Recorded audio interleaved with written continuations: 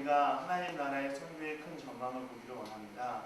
하나님 인도하여 주시옵소서. 예수님의 이름으로 기도합니다. 아멘. 여러분, 제가 항상 이 강의를 할 때 하는 게 있는데 세계지도 한국 그리기입니다. 본 사람도 있을 겁니다. 하도 그리다 보니까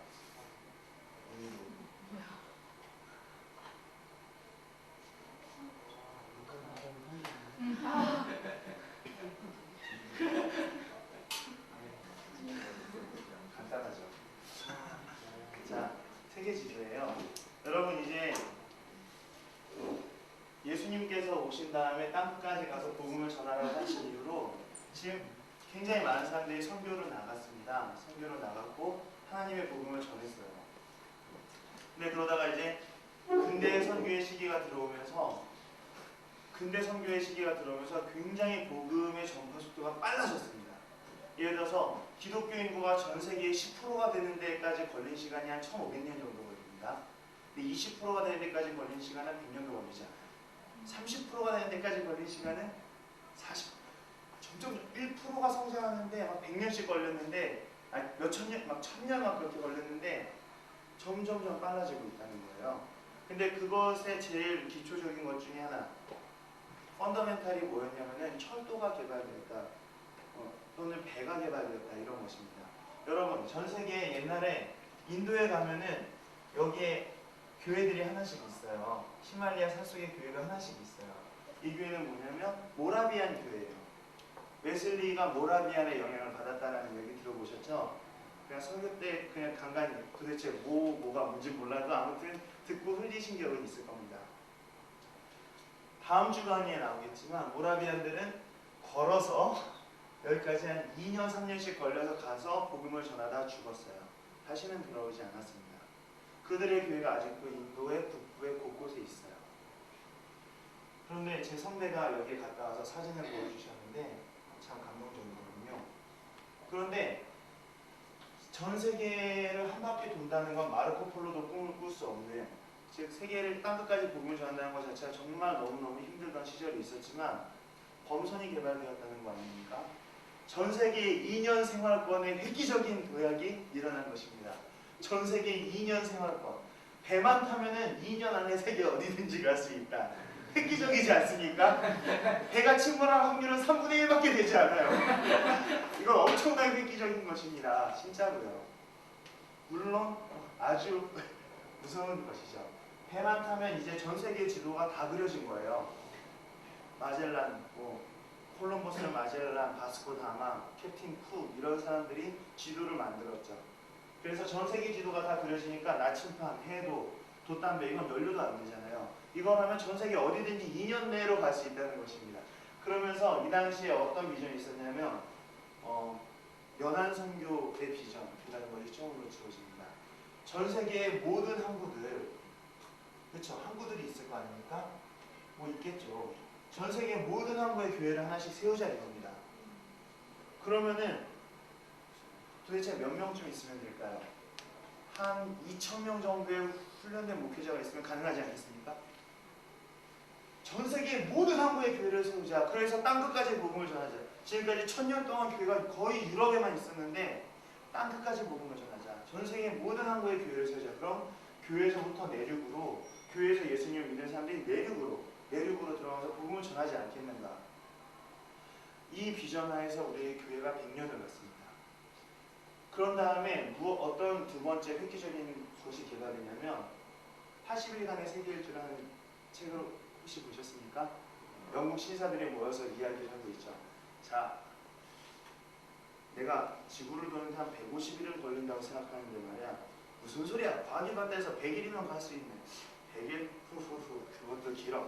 난 80일에 갈 수 있다고 생각한다. 그러니까 좋아, 그럼 전 재산을 걸으시. 주님, 미국 비자 받는 데만 석 달이 걸립니다.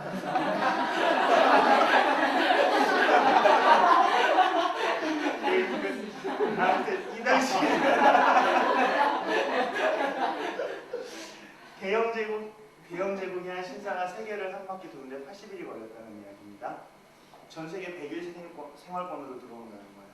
80일간의 세계일주에 보면은 범선도 타지만 기차를 많이 탑니다. 기차를 타요. 미국을 기차로 쭉 횡단해버리는 겁니다. 며칠 만에. 기차라는 것이 개발되면서 한국에 있었던 그 교회들 그리고 신앙과 그런 것들이 세계 곳곳으로 들어갈 수 있게 된 거예요. 그러면서 이 당시에 어떤 이야기가 있냐면 전 세계 모든 내륙에 교회를 세우자.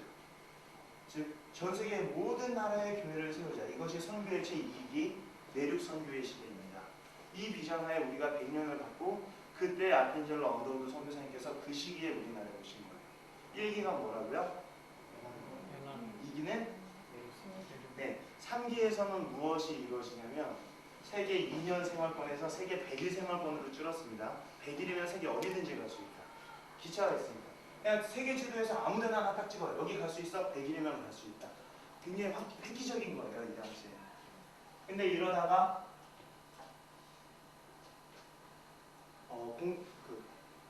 2차 세계대전이 끝나고 모든 식민지가 독립을 합니다. 그러니까 전 세계 복음화가 다 이루어지는 것 같았어요. 왜냐? 전 세계의 4분의 3이 식민지야. 기독교 국가의 식민지예요. 얼마나 선교하기 좋습니까? 그렇죠? 우리나라에 오신 선교사님들은 달라요. 일본의 치하에서 일본의 적국에서 오신 선교사님들이기 때문에 쫓겨나기도 하고 노고도 많이 당하셨습니다. 일본의 적국 미국에서 오신 선교사님들인데 오죽했겠습니까? 하지만 그에 비해서 인도에서 선교한 영국 선교사님들 하인을 10명씩 건들 수 있죠. 물론 그렇게 안 하신 분들도 있지만 원하면 그렇게 할 수 있는데 안 했다는 것과 그럴 수밖에 없어서 그렇게 다른 거죠. 고난은 선택이었던 것이죠. 이분들이 이렇게 아프리카와 인도와 이걸 다 가지고 있었습니다. 선교했어요. 되는 것 같았는데 2차 세계대전이 끝나고 다 독립해버립니다. 그리고 전 세계 절반이 공산화돼버립니다. 그러면서 그 사람들이 처음으로 선교의 모라토리움이라는 것이 선언돼요. 선교라는 것이 왜 안 끝날까? 전 세계의 모든 항구에 복음이 들어가지 않았는가? 그랬더니 아니다. 전 세계 모든 나라에 복음이 들어가야 된다. 좋아, 지금 전 세계 모든 나라의 교회가 하나씩 다 서지 않았는가? 그래서 사람들이 고민하기 시작합니다. 세계의 절반이 분산화되어 있고 사람들이 민족주의하면서 영국과 프랑스의 선교사들은 꺼져라! 식민 제국주의자들은 꺼져라! 그러면서 교회들이 쫓겨나기도 하고요. 그런 가운데 전 세계의 교회 지도자들이 함께 모여서 세계 선교의 제3기 3기의 전망이 무엇인가에 대해서 생각을 합니다. 그때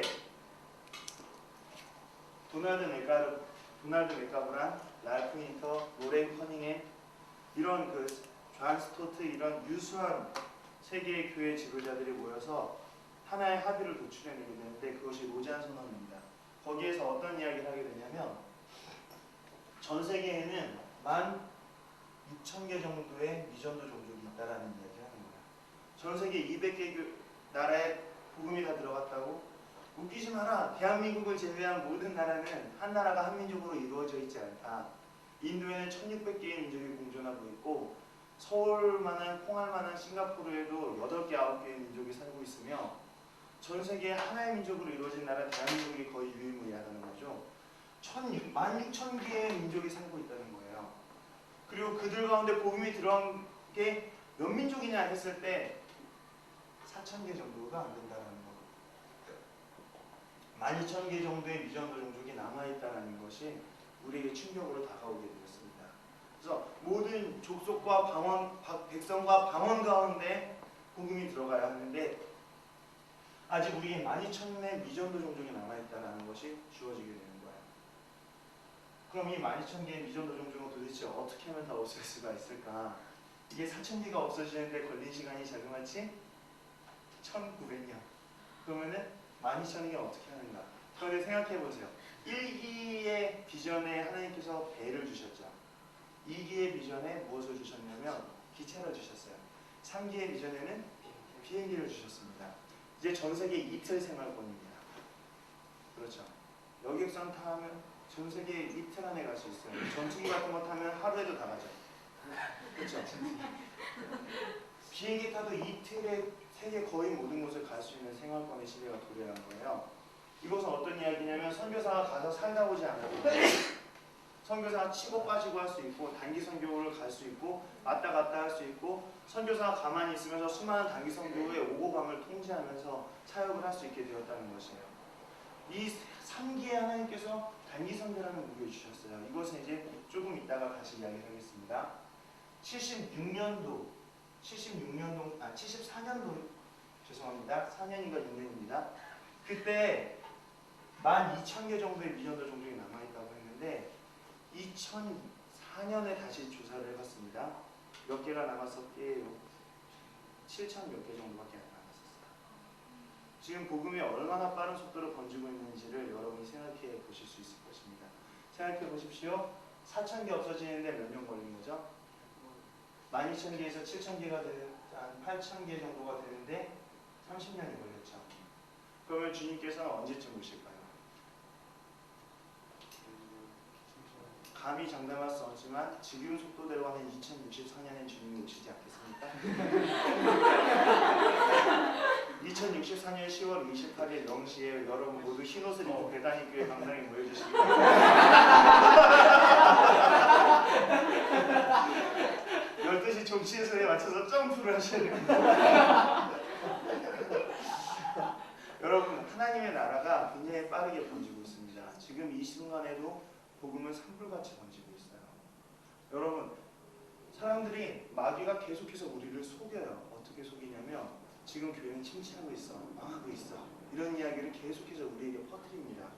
여러분, 세계 인구 성장률이 3.4% 정도가 됩니다.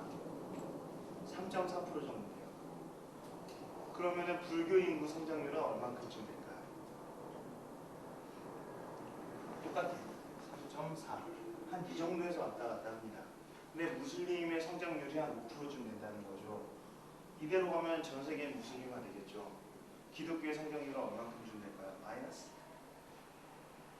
기독교는 7.6인가 그래요. 세계에서 가장 빠르게 번지고 있는 건 기독교입니다. 7%, 8%대에서 번지고 있어요. 여러분, 지금 기독교의 선교가 막바지를 다다르고 있고 여러분은 그 막차를 타신 분들이에요. 지금 여러분께서 하나님 나라가 우리 가운데 임했을 때 너 이 마지막 때에 무엇을 했냐라고 물어볼 때 자랑스럽게 상처를 내보일 수 있어야 될 것입니다. 주님, 나는 인도 전선에서 주님과 함께 싸운 참전 용사입니다. 주님, 나는 그때 싱가포르 전장에 함께 있었습니다. 이렇게 말씀하실 수 있어야 된다는 것이죠. 하나님, 나는 우리 조국의 땅끝이라고 할 수 있는 제주도에서 최선을 다해 싸웠습니다. 이렇게 이야기할 수 있어야 된다는 것입니다.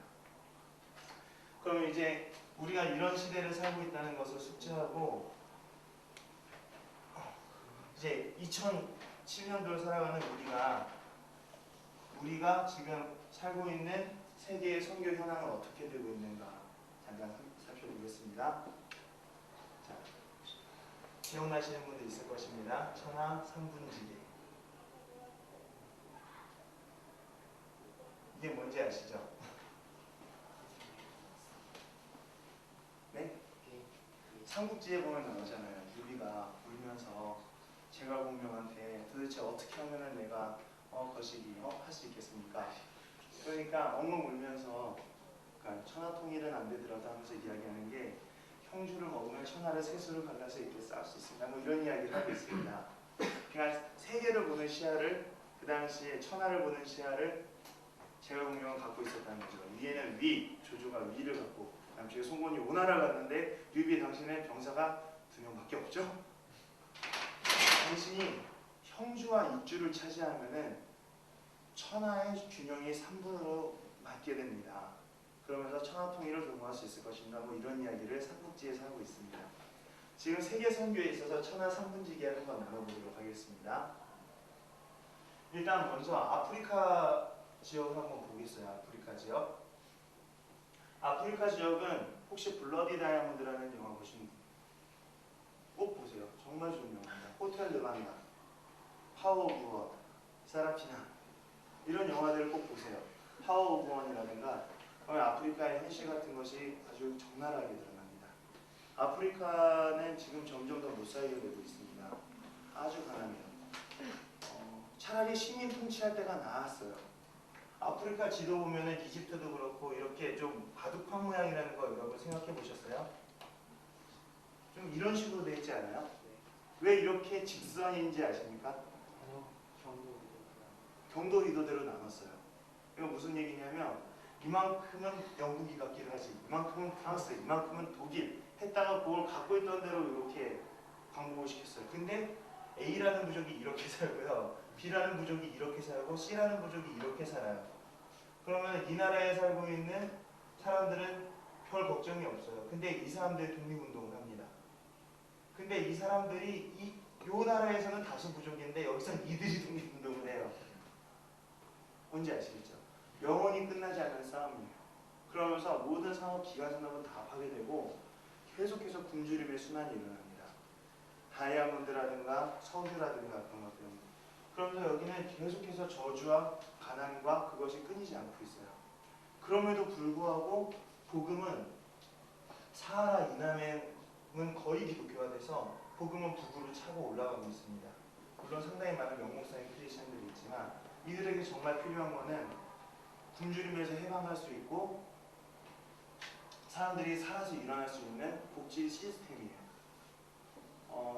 선교를 할 때 빵을 잔뜩 싸가지고 와서 아프리카 상대들이라고 딱 쓴 다음에 예수 믿으세요. 예수 믿으세요. 예수 믿으세요. 아픈 사람은 저기 줄 서세요. 그러면은 치료해주고 그게 아닙니다. 그것은 굉장히 단기적인 것이고요. 해볼 것이 없어요. 이곳에서의 아프리카에서의 선교는 어떻게 이루어지고 있냐면 아프리카 남미 같은 곳에 아주 가난한 국가들은 머시쉽이라는 게 있습니다. 그냥 하나의 예일뿐입니다. 머시쉽. 타이타닉만한 배에 의사, 간호사, 선생님, 목발 만드는 사람, 우물 파는 사람, 전기기술사, 유아교육 전문가, 목사님, 복음전도사, 드라마 하는 사람, 태권도 가르치는 사람 다 타서 팀을 이루는 겁니다. 그래서 딱 한 마을에 정박을 하면 거기에 땅을 완전 농지로 만들고 우물을 파고 풍력발전소를 만들어서 우물 펌프가 돌아가게 하고 그것으로 농지를 만든 다음에 전기가 들어가는 학교를 세우고 거기에서 가르치고 교회도 세우고 그런 마을과 시스템을 하나 만들어요. 그리고 다시 다른 마을로 갑니다. 이런 식으로 이제 한다는 거죠. 러브 인 액션이라든가 아니면 월드 비전이라든가 머시쉽이라든가 또는 이제 비행기가 항공선교단 같은 경우에 남미 같은 경우에 항공선교단이 가면서 무엇인가를 떨어뜨려 줍니다. 말씀이라든가 먹을 것이라든가 굉장히 땅 끝이에요. 이런 곳들에서의 선교가 어떻게 해서 이루어지고 있냐면 유럽과 미국 교회의 도움으로 이루어지고 있습니다. 여러분 우리나라 선교사님들의 기도 편지를 보세요. 이번에 연회에 한국에 돌아가야 되는데 비행기 표값을 위해서 기도해 주십시오. 그리고 자녀 학비가 인터내셔널 스쿨이라 만만치 않습니다. 그것을 위해서도 기도해 주십시오. 가난하시죠 다들? 이런 머시시 하루 기름값이 얼마인 줄 아십니까? 하루 기름값 1000만 원이 넘어요. 비행기 같은 경우도 마찬가지입니다. 하루 기름값 몇백만 원씩 들어요. 초당 만 원. 근데 우리가 헌금을 한 번 덜 보내서 비행기가 한 번 못 떠서 비행기가 한 번 식량을 덜 투하했다. 그래서 500명이 굶어 죽었다. 최전선입니다. 저는 그런 사진을 본 적이 있어요. 비행기가 식량을 떨어뜨리고 가는 거예요. 사람들 하늘만 보고 있어요. 농사를 안 지어 버릇한 지 몇십 년, 몇백 년이 지나니까 아예 땅이 강원폐화되어 버리는 그런 것들이죠. 이런 것들의 선교는 한국인 선교사님들이 하시기 힘듭니다. 네, 돈이 없어요. 우리는 아직 그렇게 체계화되어 있지 않습니다. 여러분들 중에 큰 기업가들도 나타나시고 그래서 이런 곳에 선교를 잘 하실 수 있으면 좋겠습니다. 예를 들어서 빌 게이츠 같은 사람이 아프리카에 전염병을 없애기 위해서 자기 재산의 거의 반을 들였습니다. 그래서 아프리카에는 전체 보건 시스템을 아프리카 전체에 설립하는데 내 재산이면 충분하겠다고 계산이 나온 거예요. 그래서 정말 진지하게 거기에 뛰어들었어요. 자기 재산 다 들여서. 그리고 미국 같은 데는 11조라는 게 있는데 그 우리나라에도 있잖아요. 기업이 11조라는 것입니다. 어떤 이야기냐면 제가 기업에서 월급을 받아서 내가 11조를 하잖아요. 근데 우리 기업도 우리 기업의 총수입에서 11조를 한다는 거예요. 예를 들어서 1년에 100억을 벌어들인 기업이 10억짜리 중소기업을 하나 세우는 거예요. 1년에 10억이면. 그래서 산림학과 그런 애들을 고용을 해요. 그래서 월급을 줘요. 그래서 아프리카에 나무를 심습니다. 우리나라에서 산림학과 나온 애들은 어디에 취직을 해야 되죠? 산림청 공무원 같은 게 되면 정말 좋은데 그냥 서울대나 연대에서 산림학과 나왔으면 좋은 직장. 딴 데서 설명학과 나왔으면 나무와 전혀 상관없는 진짜. 그런 식이죠. 근데 이런 데서 왜냐면 분명 수요는 있는데 돈 대주는 사람은 없는 거죠. 이런 기업을 세워요. 그래서 10억짜리 1년에 10억이 되는 기업이 여기에서 나무를 심는 겁니다. 마찬가지로 근데 1년 매상이 10억밖에 안 되는 중소기업이에요. 그럼 이런 기업 10개가 각기 1억씩 모아가지고 공동회사를 하나 세우는 거예요. 이 회사는 인도의 학교를 세우는 회사. 멋있죠? 이런 시스템이 굉장히 잘 돼 있어요. 여러분도 그런 시스템을 하면 되게 좋을 것 같아요. 아니면 어떤 변호사 회사, 법 회사 같은 곳에서는 변호사의 10분의 1을 떼다가 10분의 1까지 떼지는 않아요. 보통 떼다가 인권 변호, 월급은 다른 변호사들과 똑같이 받는데 공짜로 인권 변호를 해주는 변호사를 열외 하나를 준다든가, 아니면 우리나라에도 전주예수병원이나 그런 곳에 그런 케이스가 있는데 이 병원에서는 1년에 2명씩을 6개월씩 아프가니스탄으로 선교를 보내요. 간호사 2명씩을. 그렇게 하고 월급을 다 줍니다. 그런 병원을 세우신다든가. 그러니까 선교가 시스템화되어 있는데 우리나라 선교사님들은 아직 그냥 피와 땀과 성경책을 들고 가요. 그래서 이런 곳에서 선교의 주도권을 얻기는 극히 힘듭니다. 왜냐하면 돈이 억대로 들어가요. 여러분들 중에 우리 세대에서 이런 곳에 선교하시는 분이 나왔으면 좋겠습니다. 아멘이 없나요? 네. 부자가 되면 그런 부자가 되세요. 그런데 문제는 여러분 인도 가보신 분, 중동 가보신 분, 싱가포르 가보신 분, 여러분 여기가 그렇게 못 삽니까? 아니요. 다 먹고 살아 보이죠? 가난한 사람도 있긴 하지만 근데 중동과 아라비아와 인도와 인도 차이나 이런 곳에 가면은 무엇이 있냐면 절대 중동과 인도 차이나 가는 이제 봅시다. 여기는 그렇게 못 살지 않아요. 아프리카의 전설적인 가난, 남미의 그 고립과는 좀 거리가 멉니다. 꽤 살아요. 중동은 우리보다 잘 삽니다. 5~1달러가 있어서. 그럼 여기에 유럽에서 돈을 가지고 선교하러 들어갈 수 있느냐? 없습니다. 두 가지 이유인데, 한 가지는 이들도 꽤 살아요. 태국 사람들 꽤 살아요. 베트남 사람들 굶어 죽지 않습니다. 게다가 두 번째로는 이 사람들은 유럽과 미국으로부터 엄청나게 아프게 당한 그 제국주의의 침략의 역사가 있어요. 여러분 한번 생각해 봅시다. 한 단기 선교팀이 일본에서 우리나라로 왔습니다. 그래서 종로에서 땅 밟기 기도를 합니다. 일본에서 와서. 그러면서 사람들에게 전도 쪽지 나누시죠. 천황폐하를 기대십시오.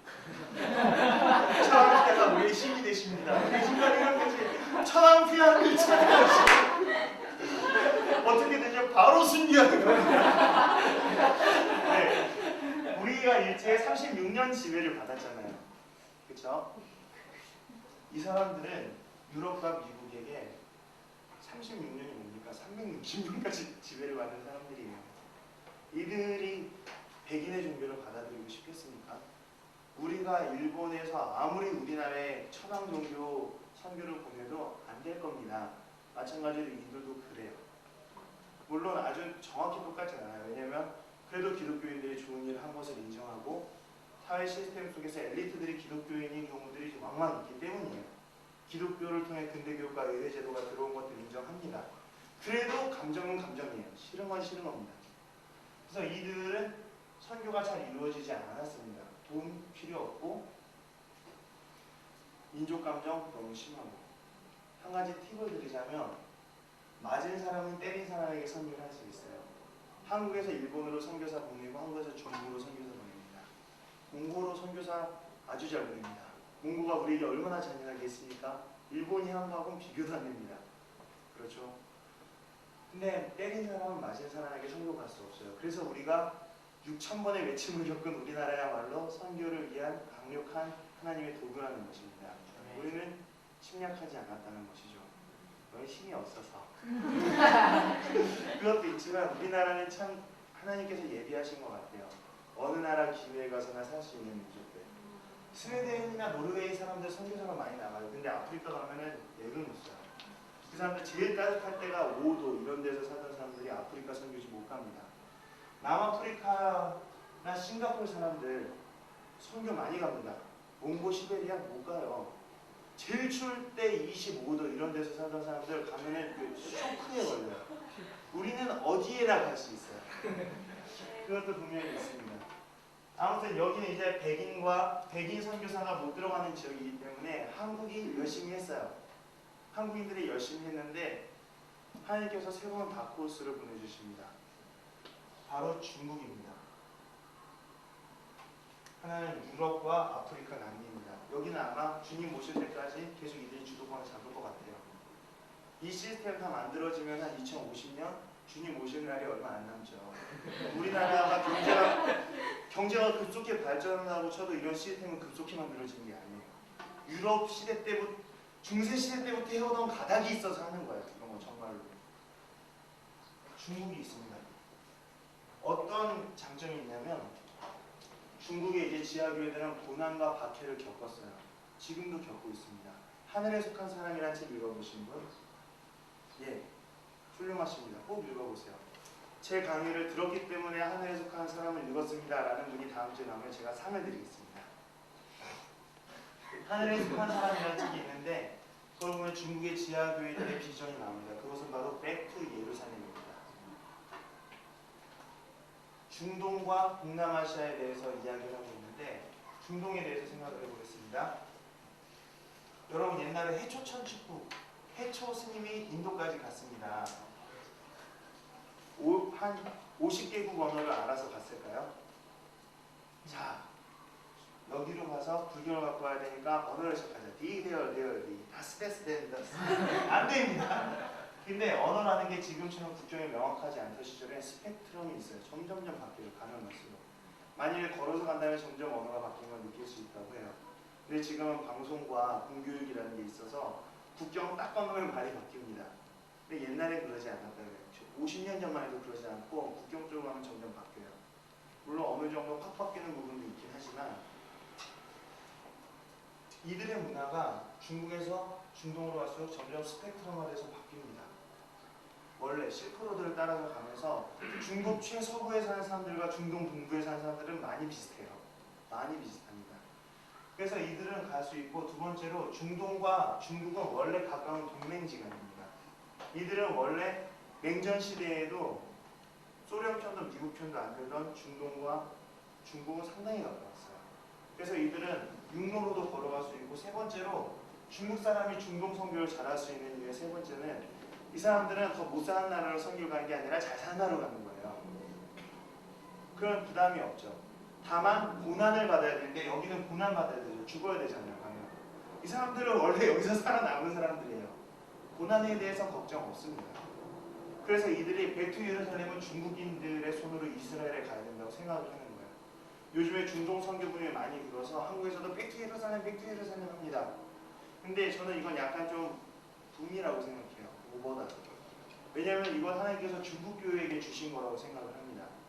중국 교회가 갖고 있는 장점들 있죠. 원래 정치적으로 가까웠다. 원래 문화가 스펙트럼이 된다. 고난이라면 우리가 알아준다. 이거 한국 교회에 해당되는 게 하나도 없어요. 그렇죠. 그래서 이들이 중동 선교를 맡을 수가 있고 그리고 이제 또 동남아시아, 싱가포르 이런 것들을 바라보면 무엇이 있냐면 말레이시아가 있고요. 인도네시아 이런 곳은 화교가 인구의 3%에서 10%대까지 갑니다. 근데 이들이 태국에 가면은 태국인 교회가 별로 없어요. 태국인들은 불교거든요. 근데 태국에 살고 있는 화교들이 있어요. 이 사람들은 관우나 경호한테 기도를 했는데 자기네들도 교육화가 됐기 때문에 잘 그렇게 기도할 가치를 못 느껴요. 태국에 있는 화교들의 교회를 많이 들었어요. 그래서 태국에서는 태국인 교회보다 화교 교회가 많아요. 근데 인구의 10%도 안 되는 것들이 정치 경제의 40~50%의 영향력을 행사한다는 것이죠. 마찬가지로 캄보디아에 갑니다. 캄보디아 빼고 말레이시아에 갑니다. 말레이시아는 어떤 나라입니까? 이슬람 국가입니다. 근데 말레이시아에 가면은 말레이시아인들이 다니는 교회가 별로 없어요. 근데 말레이시아에 살고 있는 5% 정도의 화교들이 다니는 교회는 많아요. 근데 그 화교들은 말레이시아 경제의 30~40% 잡고 있다는 것이죠. 마찬가지로 동남아시아가 다 그런 식이에요. 화교들은 뚜렷한 종교가 없어요. 뭐 관우, 유교 뭐 이런 것들이죠. 제사. 그러니까 기독교로 오기가 쉬워요. 여기에 대해서 점점점 화교 교회들이 있고요. 여기는 한국 교회들이 지금까지 양육을 하고 있었는데 중국에서 본토의 부흥이 남쪽으로 내려오기 시작합니다. 그럼 이곳은 아주 폭발적인 성장이 일어난다는 것이죠. 여러분 한번 볼게요. 한국이 선교사 몇 명 보냈는지 아십니까? 지금까지? 한 15,000명 가량 보냈습니다. 10,000명에서 15,000. 그래서 세계에서 두 번째로 많이 보낸 국가예요.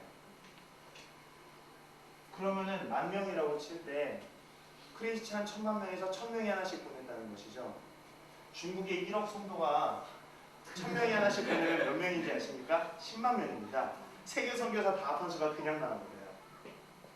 이들이 이미 언어가 통하는 이 화교들 문화권으로 팍 들어가 버리는 겁니다.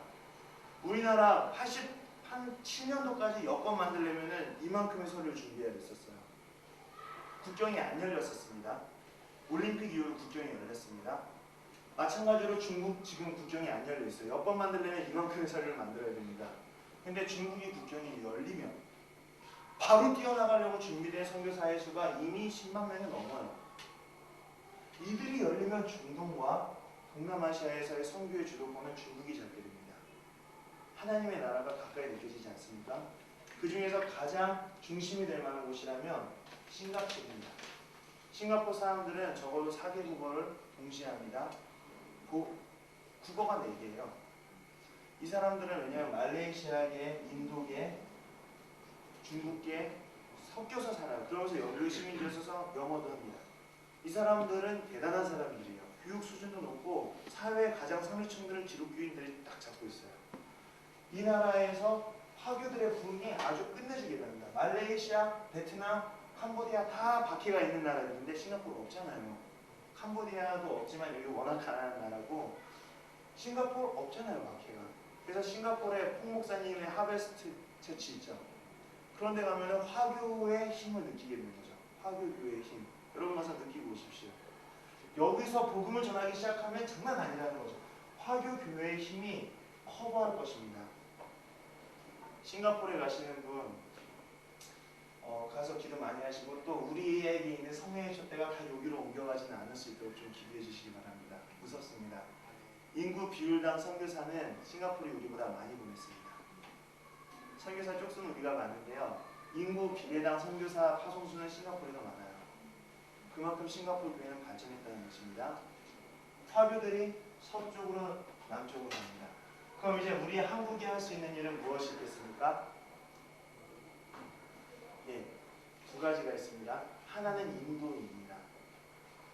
여러분, 인도는 식민 통치 지배를 300년이나 받았기 때문에 미국과 유럽에서 들어올 수 없는 지역입니다. 그렇죠?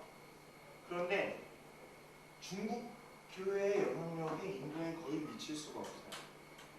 중국과 인도는 둘 다 인구가 10억이 좀 넘고 경제 성장률이 10%대에 가까운 나라들이에요. 서로 헤게모니 싸움이라 장난 아닙니다.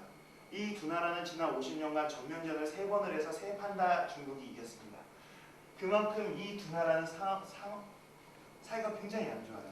티벳이라는 나라가 중국에서 독립하니까 그 임시정부가 지금 인도에서 세워졌어요. 다람살라. 여기 나갈랜드, 마니푸르라는 얘네들이 인도에 대해서 독립운동을 하니까 중국에서 임시정부를 세워줬습니다. 서로 독립군들의 무기를 지원해주고 있어요. 그리고 여기는 화교가 거의 없습니다. 화교가 거의 없어요. 화교 죽습니다. 그만큼 사이가 나쁘고 지형적으로도 여기에 세계에서 제일 높은 산들이 다 있죠. 못 넘어요. 그래서 현장 법사가 여기까지 인도까지 와서 불경을 갖고 오려면 손오공이 필요한 거예요. 아시죠? 서유기가 실제로 있었던 일에 근거해서 나온 것 아시죠? 대담 서유기 거기에서 나온 겁니다. 그래서 중국 교회 유럽과 미국이 커버할 수 없고 중국이 갈 수 없는 곳이 바로 인도입니다. 여러분 인도가 얼마나 큰 나라냐면요. 아프리카랑 중동 인구를 다 합하여도 인도 인구보다 적습니다. 유럽 전체의 크기랑 인도 크기랑 대부분 인도가 더 큽니다. 유럽 전체 인구랑 인도 인구랑 하면 인도가 더 많아요.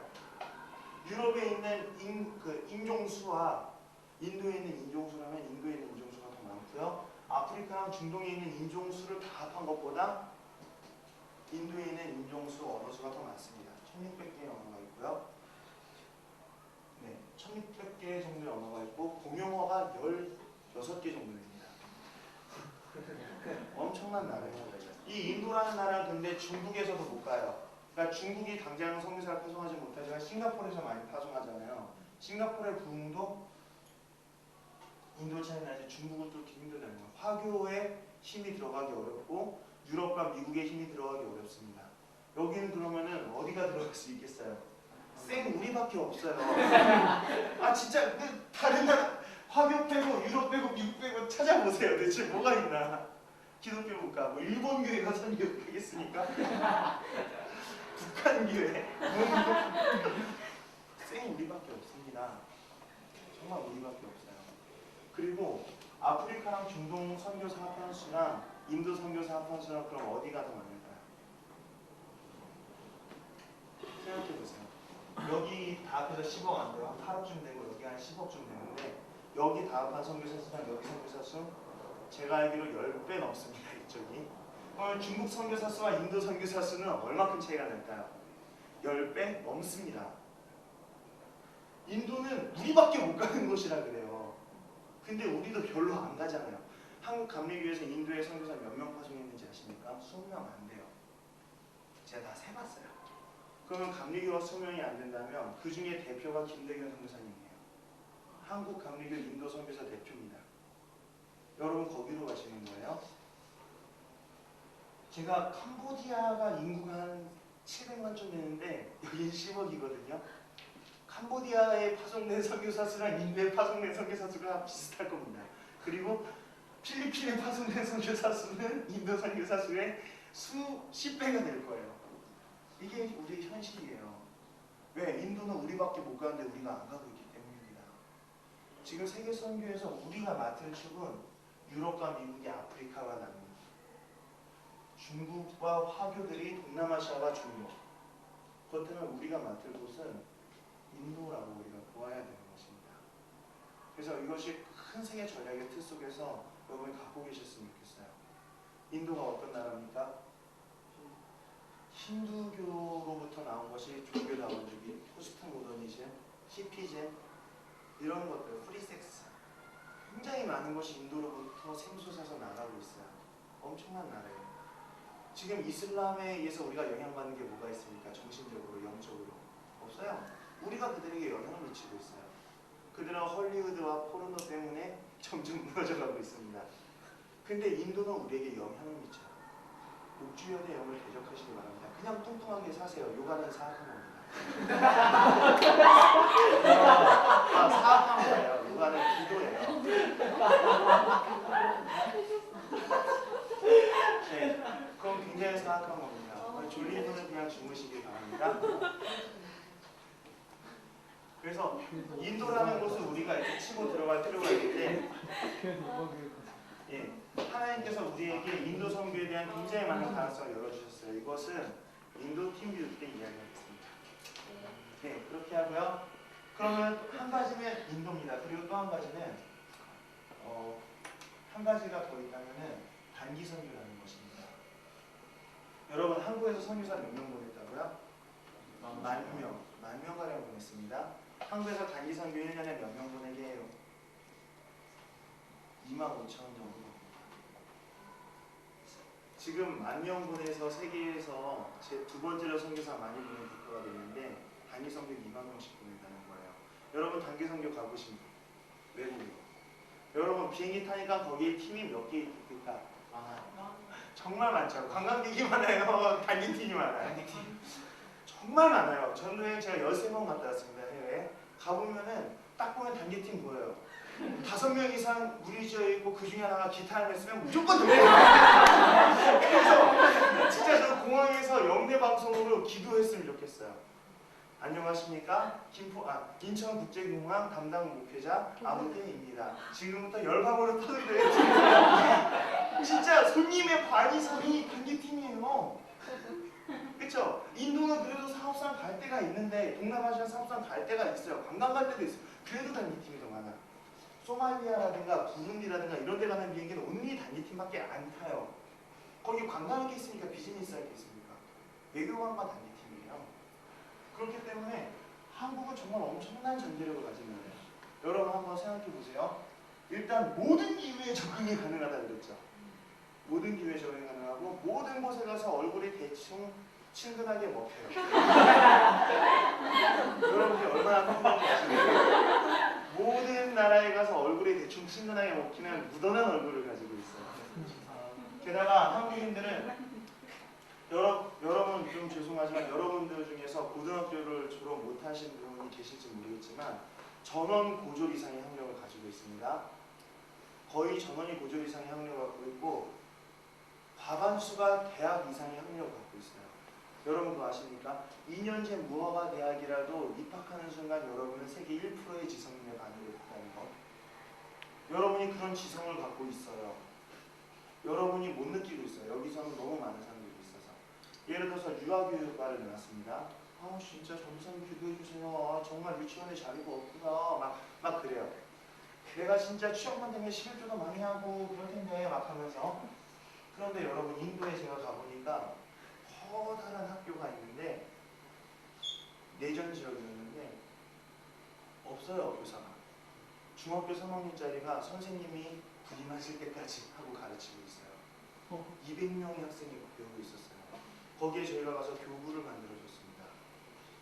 ABCD 이런 것도 만들어주고 정말 그런 곳에 가면은 너 유아교육에 대해서 학사학위 갖고 있지. 그러면은 너 인도로 가라. 너는 그러면은 수백 명의 사람들을 가르칠 수 있다. 돈만 포기해라. 돈만 포기해라. 시집만 포기해라. 주님 내가 여기 싸우니 나를 보내소서 가진 것 모두가 죽게 드리오니 주 받으옵소서. 입에 침이나 바르고 그 찬양했냐. 그 찬양을 진심으로 했으며 유아교육 학사학위 받은 사람 여기서 세미나 할 수 있어요. 양해로 하는 선생님들 다 모아놓고 했어요. 저 진짜. 그 기독교 교육학과 학부 2학년에서 이해했습니다. 선생님들 막 지역 선생님들 다 모아놓고 있습니다. 이게 얼마나 대단한 건지 아세요? 한국에서 온 대학생들이 해서 막 여기서 애들 가르친다고 해서 대학생이라는 게 이제 완전 이거예요. 대학생. 그래서 막 그 카메라 들고 따라다녔어요. 그 사람들이. 그래서 우리가 좀 외식하긴 했죠. 여러분 단기 선교 우리는 모두 대학 이상의 학력을 갖고 있어요. 그것이 얼마나 대단한 건지는 고등학교를 못 나온 사람들과 있어 보면 압니다. 선교지에 가보면 알아요. 왜 이 간단한 레크레이션을 못할까? 그런 것들이죠. 우리는 모든 사람이 다 그 정도의 수준이 있기 때문에 우리가 얼마나 탁월한지 스스로 모릅니다. 언어 금방 합니다. 정말 금방 해요. 그리고 또 한 가지 우리나라의 경제력이 어느 정도냐면 여러분 미국 사람의 절반이 태어나서 죽을 때까지 한 번도 주 바깥을 못 나가본다는 것을 아십니까? 자기 주 바깥을 못 나가봐요. 미국인들의 한 80% 정도가 태어나서 죽을 때까지 한 번도 비행기 타보지 못합니다. 보통 그래요. 외국에 여러분 배낭여행 가보세요. 얼마나 한국인은 많고 백인은 적은가. 그렇죠? 백인들은 호텔에 가서 발 마사지 받고 호텔 1층가에서 맥주를 마시지 우리처럼 배낭여행 전문의들 많이 안 다니는 것 같아요. 유럽인들 많이 다니면 유럽 외부를 다닙니다. 북아프리카까지 해서 딱 거기 왔다 갔다 해요. 그 사람은 유럽과 미국 바깥은 다 목숨 걸고 다녀야 되는 줄 알아요. 좀 그래요. 우리는 모든 사람이 한 달 아르바이트하면 비행기 탈 돈을 벌 수 있는 나라에서 살고 있어요. 그런 나라가 세계에 어디 있겠습니까? 기독교 나라 중에 그런 나라가 세계에 얼마나 되겠어요? 여러분 전 세계 기독교인의 4분의 3이 아닌 백인이라는 사실 아십니까? 50년 전만 해도 세계 기독교인의 4분의 3이 백인이었어요. 지금 전 세계 기독교인의 4분의 3은 아프리카, 인도, 중국, 동남아시아, 한국 이런 데 살고 있어요. 아닌 백인이에요. 한번 볼게요. 인도 인구의 3%가 기독교인입니다. 엄청 밖에 가면 소수예요. 10억의 3%는 3천만입니다. 주로 기독교인 커버. 자, 중국에서 기독교인은 한 7%, 8%입니다. 밖에 가면 소수예요. 13, 4억에서 7%, 8%면 1억입니다. 나머지 몽땅 커버. 그리고 이제 동남아시아, 아프리카, 사하라 이런 다 기독교. 그럼 여러분, 세계 기독교인의 4분의 3은 목숨 걸고 가난한 가운데 예수를 믿고 있다는 얘기입니다. 기독교가 부자의 종교라고 생각하면 안 돼요. 기독교인 평균 소득과 무슬림 평균 소득은 제가 보기엔 기독교가 더 낮을 것 같아요. 그런 그 기독교인들 중에서 한 달 아르바이트해서 비행기 탈 수 있는 나라, 모두가 대학의 학력을 갖고 있는 사람들이 모여있는 나라가 있어요. 그 나라에서 1년에 2만 명씩 방마다 보냈다 들었다 보냈다 들었다 보냈다 들었다 하고 있어요. 여기에 한국이 있으면 방마다 나갔다 들어왔다 나갔다 들어왔다. 그리스도의 심장과 같아서 방마다 그리스도의 보혈이 펌프 쳐서 나갔다 들어와요. 이게 얼마나 대단한 건지 아시겠습니까? 완전 덮고 있어요. 비행기들을 다 채우고 있습니다. 어떤 단기팀은 중국에 가서 비행기로 땅밟기가 아니라 하늘밟기 기도를 했어요. 전세를 해가지고 거기 아예 착륙이 안 되는 그런 선교가 안 되는 지역에서 이런 무식한 선교는 우리밖에 못하죠. 돈이 아주 그리고 어떤 팀은 선교지에 가서 정말 안전뱅이를 다 못 일으킬 안전뱅이가 없을 정도로 다 일으켰다고 이런 팀들도 있어요. 저도 가서 많은 기적을 보았어요. 단기팀들이 가는 것마다. 그리고 또 대부분의 단기팀이 하는 게 뭐죠? 공연사역입니다. 여러분 1년에 15,000명이 공연사역을 합니다. 그러면은 15,000명의 공연을 보는 사람들은 전 세계적으로 얼마큼이 될까요? 한 무대에 적어도 100명은 모이잖아요. 그런 공연을 몇 번쯤 하고 오죠? 적어도 3번은 하고 오잖아요. 그러면은 15,000 곱하기 한 500 해보세요.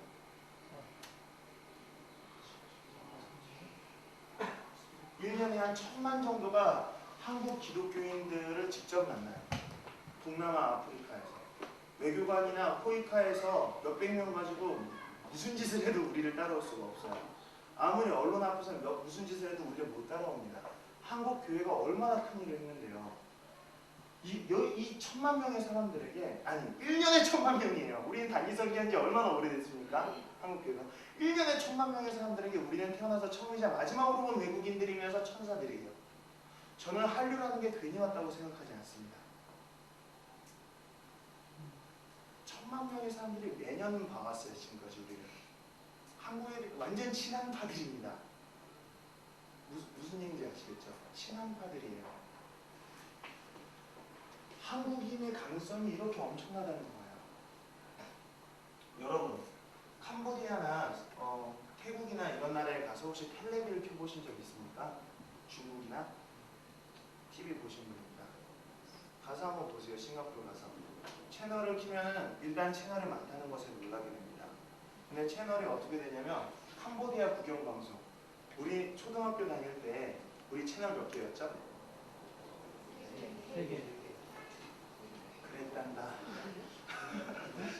KBS에 MBC, KBS2, EBS 4개에다가 SBS가 서울 방송이라 서울에서만 보였죠.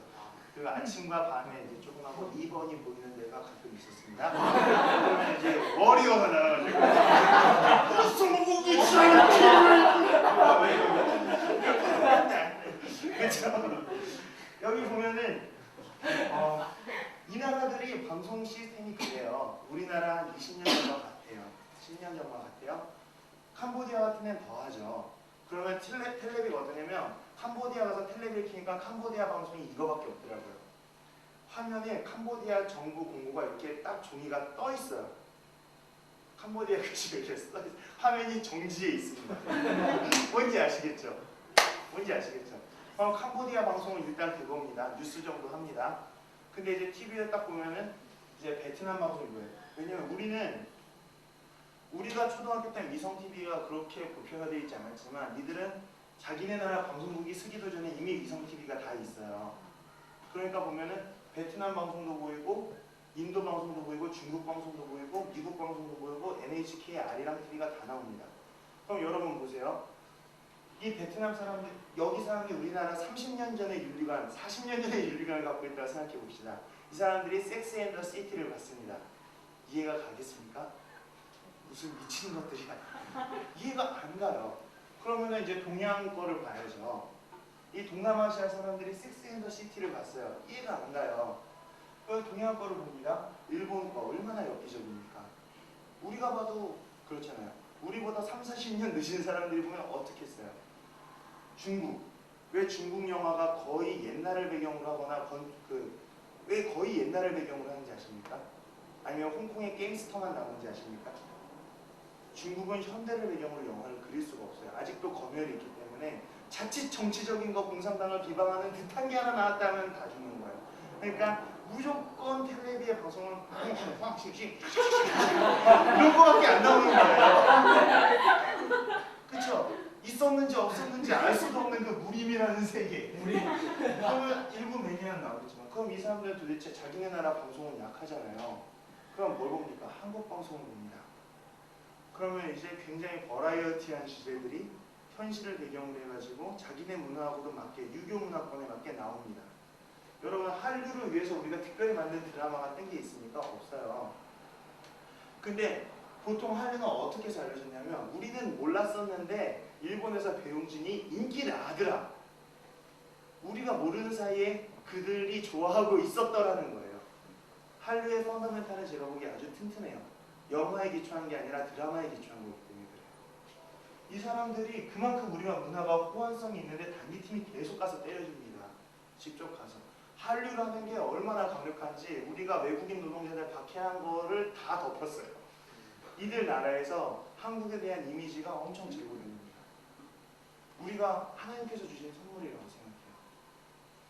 이들에게 가서 우리가 문화사역을 하는 게 얼마나 대단한 건지 한번 생각해 보세요.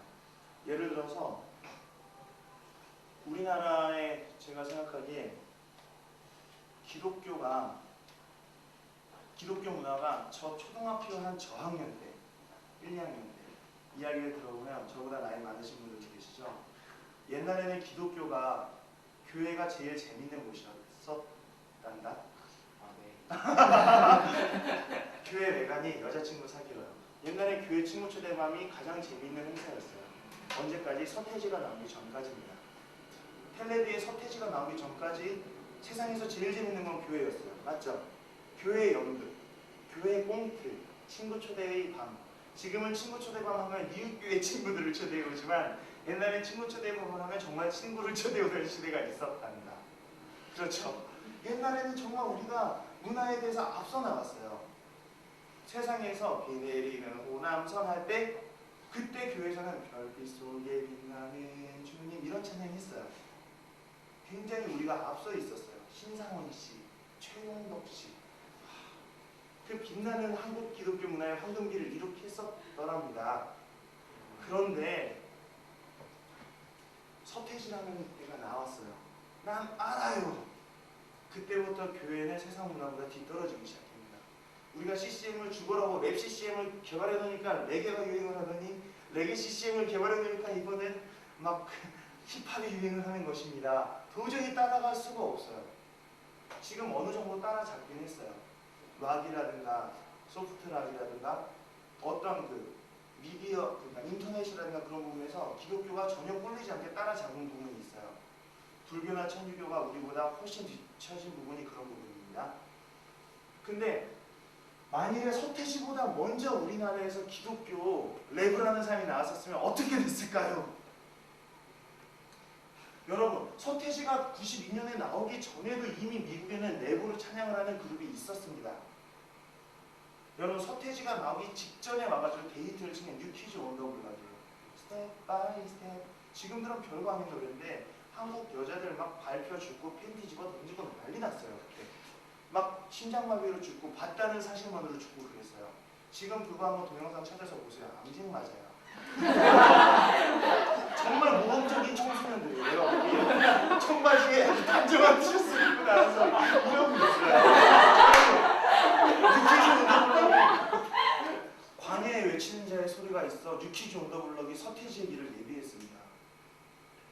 여러분, 뉴키즈 온 더 블럭 요즘에 미국에 이미 CCM으로 랩을 하는 그룹이 있었다니까요. 이들 중에 한 팀이 한국어 찬양을 랩으로 연습을 해서 한국에 단위 선교를 왔었다고 한번 가정해보세요. 91년도에. 그러면은 정말 그 눈물을 담아서 하는 말이 한국교회 문화사역이 이렇게 힘들지 않았을 거예요.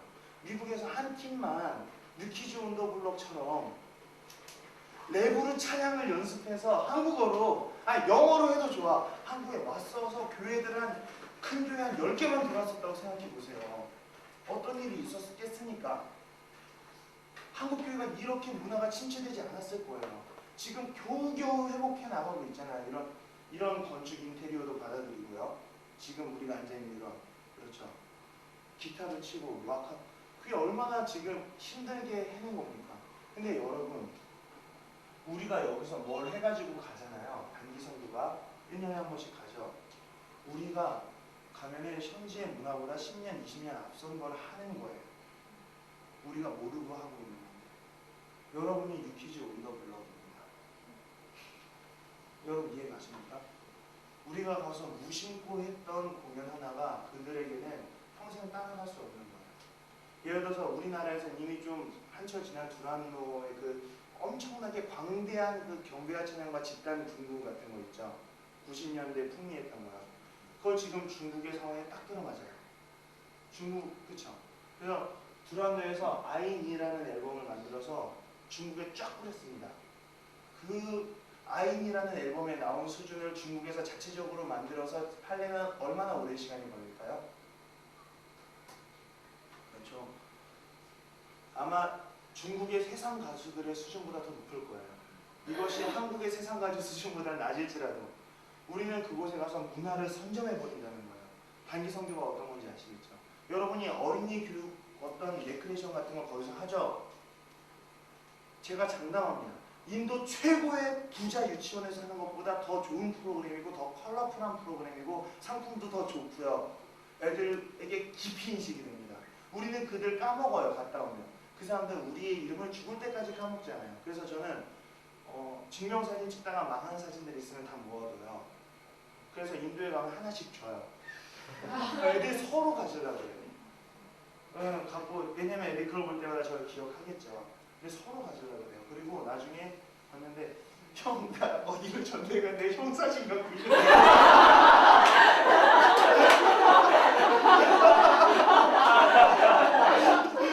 간증입니다. 우리가 얼마나 대단한 존재인지 아십니까? 이 단기 선교는 세계 우리나라밖에 할 수 없는 거예요. 현재로서. 여러분이 세계의 선교의 중심에 있다는 걸 아시겠습니까? 지금 세계적으로 부흥이 되고 있는 곳이 있습니다. 급속하게 부흥이 되는 곳이 있는데 캄보디아가 있고 중국이 있어요. 이게 그 아프리카가 있습니다. 특히 여기 르완다 이런 나라들 급속하게 부흥합니다. 왜? 르완다 내전으로 엄청나게 많은 사람들이 후치족과 후투족, 투치족 갈라져서 싸우다 죽고 그랬어요. 인구의 반 정도가 거의 죽거나 다쳤습니다. 캄보디아 70년대에 700만 인구 중에서 300만이 목숨을 잃었어요. 피로 피를 씻는 내전이 있었습니다. 중국 문화혁명 때 거의 몇 천만 명의 사람들이 목숨을 잃었어요.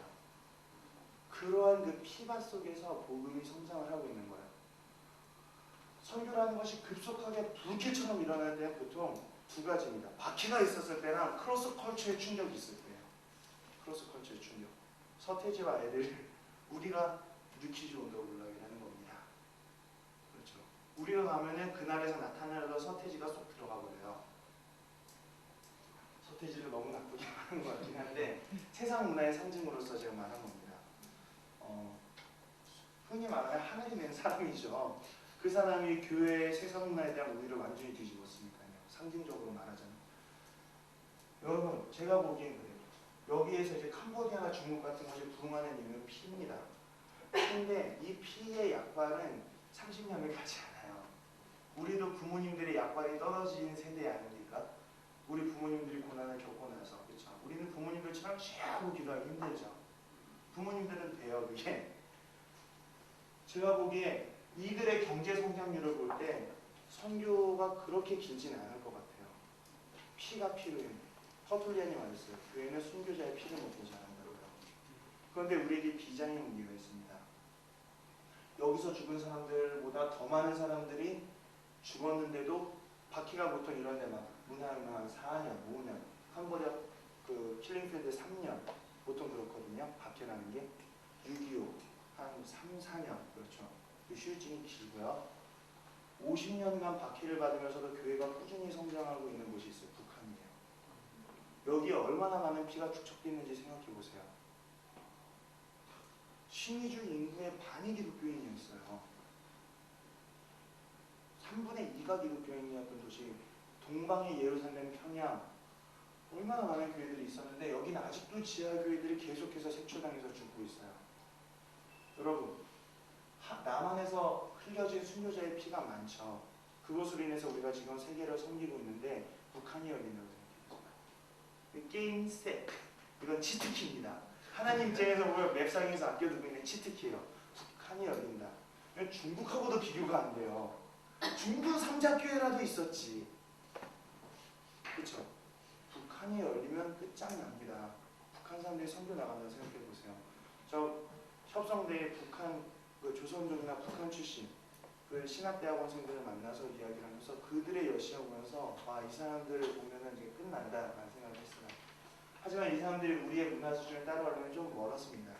그래서 저는 북한이 열릴 때까지 우리는 그 길을 예비해야죠. 문화적으로 뻥뻥 뚫어놔야 됩니다. 그래서 정리하자면 천하삼분지계는 유럽은 남미와 아프리카 11조 기업 제가 말씀드린 기억납니까? 여러분 그런 사람들도 되셨으면 좋겠습니다. 전주예수병원 그런 곳들 빌 게이츠. 하지만 이들이 들어갈 수 없는 중동과 동남아시아 꽤 잘 살고 피가 필요한 밖에 중국이 있습니다. 여기는 저글링 개떼입니다. 이 사람들은 대학을 나온 사람이 별로 없고요.